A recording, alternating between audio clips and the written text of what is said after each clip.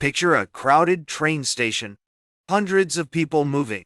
Bags, phones, coffee cups, all of it in motion. Your brain is doing basically nothing. Just coasting. Now, picture one person standing completely still in the middle of all that. Not looking at their phone. Not waiting for anyone. Just still. And something in you goes cold. You don't know why. You can't justify it. The guy 3 feet away is pacing erratically and muttering to himself, and you've already dismissed him. But the still one? Your brain has flagged him. Your eyes keep going back. That's not paranoia. That's not you being weird. That's something much older than you making a decision on your behalf. And it's making it right now in real time, whether you like it or not. Most people, if you ask them, will tell you erratic movement is a threat. Fast movement, unpredictable movement, someone coming at you sideways. That's the danger signal, right? That's what thriller movies have trained us on. The guy twitching in the corner. The one who can't stand still. And look, there's some logic there. Erratic movement can mean aggression, can mean someone who's not in control. But here's what's actually happening in your nervous system when you see a still person in a crowd. Your amygdala, which is the part of your brain that runs threat detection like it's a full-time job with no breaks, it doesn't actually respond to chaos the same way it responds to stillness. Chaos gets categorized fast. Oh, that person's panicking. That person's drunk. That person's having a bad day. Filed, dismissed, move on. Stillness doesn't get filed. Stillness sits in the unresolved pile. And your brain hates unresolved. Your brain will chew on an unresolved threat signal for as long as it takes to figure out what the deal is. Which, if the still person never moves, is potentially forever. Here's the thing that reframes all of this. Movement is data. When people move, they're telling you things. They're going somewhere. They want something. They're reacting to something. Every step a person takes is a little piece of information your brain can use to model them, predict them, fit them into the scene. Your brain loves this. Your brain is basically a prediction engine that panics when it runs out of material to work with. A person moving erratically? Loads of data. Weird data, sure. Conflicting data, maybe. But data. Your model of them is updating constantly. Now, stillness.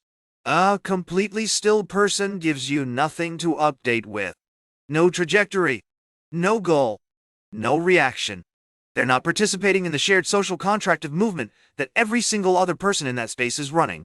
And your brain reads that as one thing. This entity is waiting. And when something is waiting, in the middle of all this motion, the obvious question your nervous system asks is waiting for what? We evolved in environments where the things that waited quietly were predators. Not people having a normal moment. Predators. Lions don't run at you from 200 meters. They go still. They wait. They let you walk closer. Your ancestors who recognized that signal survived. The ones who didn't. You are descended from the ones who got uncomfortable around still things. That discomfort is the whole inheritance. There's another layer here, and it gets a bit stranger. It's not just the predator-prey thing. It's about belonging. Crowds have a kind of social rhythm. Everyone's sensing, slightly, unconsciously. You slow down when people ahead slow down. You speed up through gaps. You angle yourself away from eye contact. You participate. And all of this is happening below your conscious awareness. You're not deciding to do it. You're just doing it because everyone else is doing it. Because your brain learned long ago that matching the group is how you signal that you're safe to be around. Now here's what the still person is doing. They're opting out. They're not participating. They're not sensing. And on some deep social processing level, your brain reads non-participation as non-membership. This person is not part of the group. They are not running the same program. And for most of human history, a person who wasn't running the same program as your group was, statistically, not your friend.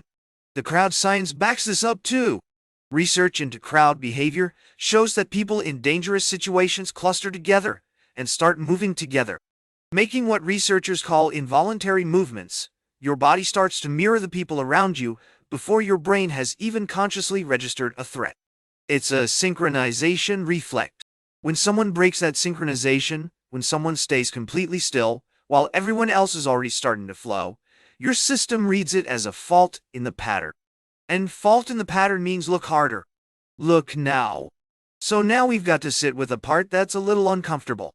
Because this instinct, this ancient, fast, pre-rational threat detection system, it isn't just firing at people standing suspiciously still in train stations. It's firing, constantly.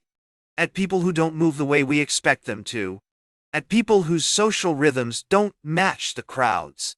At people who, for whatever reason, are not participating in the shared physical grammar of the space they're in. And that's a category that includes a lot of people who are not threats. People with anxiety who freeze. People with physical disabilities. People who are just tired. People who are new somewhere and haven't learned the local rhythm yet. People who are different in ways that have nothing to do with danger. Your amygdala doesn't know that. Your amygdala is working with hardware that was last updated approximately 40,000 years ago, and it is doing its absolute best. But its best is a blunt instrument. It flags stillness. It flags non-participation. It flags pattern deviation. And then it hands that flag to you and says do something about this, and it's your job. The conscious reasoning, actually modern part of you, to look at the flag and decide whether it means anything. Most of the time it doesn't. Almost all of the time it doesn't. But the flag keeps coming anyway. That's the deal. Back to the train station. The still person is still there. You still don't know why they're standing there. Maybe they're waiting for a call. Maybe they're overwhelmed. Maybe they're just having a moment where the world got too loud and they needed to stop. Your brain doesn't know which one. It still doesn't like it. And that feeling, that low level, can't quite place it unease. That's 40,000 years of survival logic running inside a world that has mostly moved on from the specific threats it was built for. You're carrying around a piece of software that once kept your ancestors alive in genuinely dangerous environments. And now it's misfiring slightly in train stations. Which is fine. Which is maybe even a little funny. But it's worth knowing it's there. Because the next time someone makes you uneasy, and you can't explain why, the next time the still person in the crowd pulls your eyes back for the third time, there's a decent chance it's not instant. It's just inheritance. And you can look at the flag your brain just handed you and put it down.